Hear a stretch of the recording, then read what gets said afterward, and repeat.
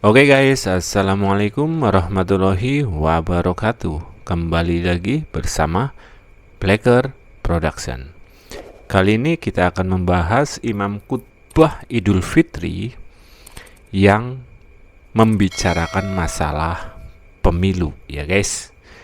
Apalagi sampai menghina Presiden Jokowi, dimana yang namanya Idul Fitri itu kan sama saja kembali ke fitri ataupun kembali suci, dan alhasil jamaahnya pada kabur. Inilah momentumnya guys.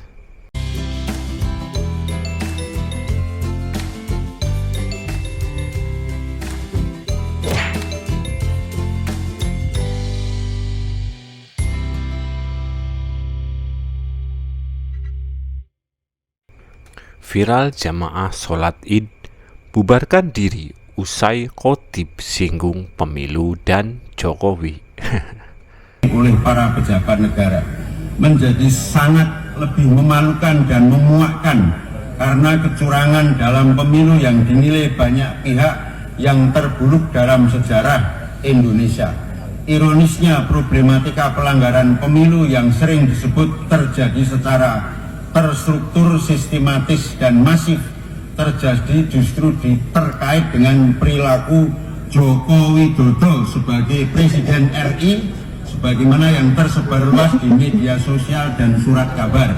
Sebagaimana disebarkan oleh media sosial, berarti di sini kita sudah bisa kutip, dia tidak tahu aslinya, cuman tahu dari berita-berita.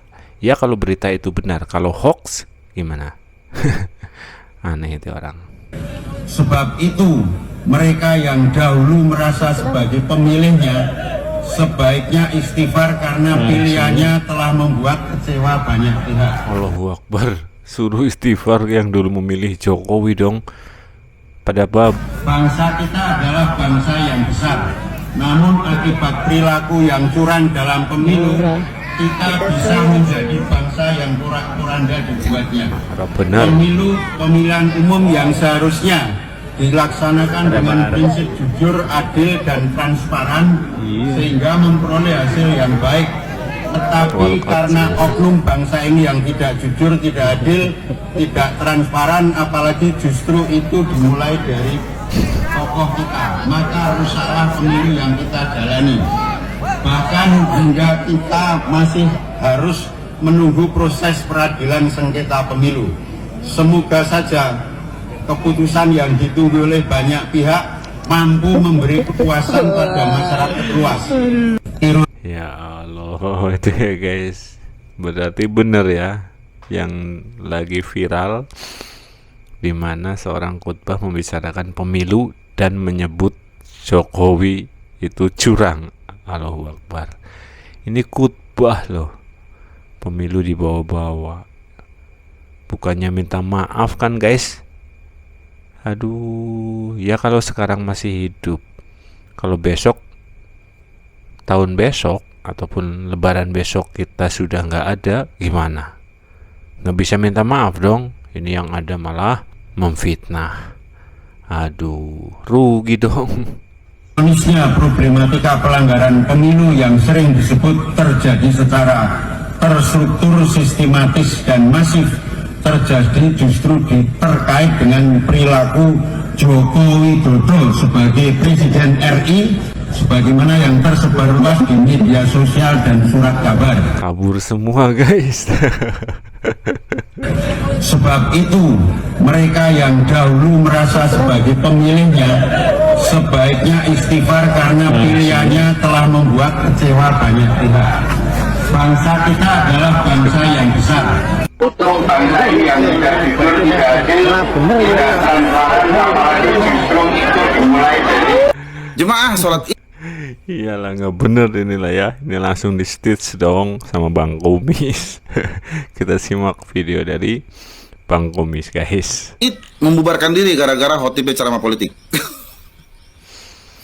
Udah bagus cuma sekedar membubarkan diri ya. Gimana kalau sampai itu khotib dilemparin sendal sama jemaahnya? Tapi saya respect sama para warga Bantul yang ikut membubarkan diri. Berarti mereka tidak mudah terprovokasi. Berarti akalnya itu lebih sehat daripada khotib tersebut. Ya kan? Karena emang itu udah jalur mereka, itu udah trik-trik mereka. Pertama itu menggunakan tokoh agama, menyebarkan kebencian melalui agama. Betul. Tuh, melalui ceramah-ceramah, itu biasa seperti itu.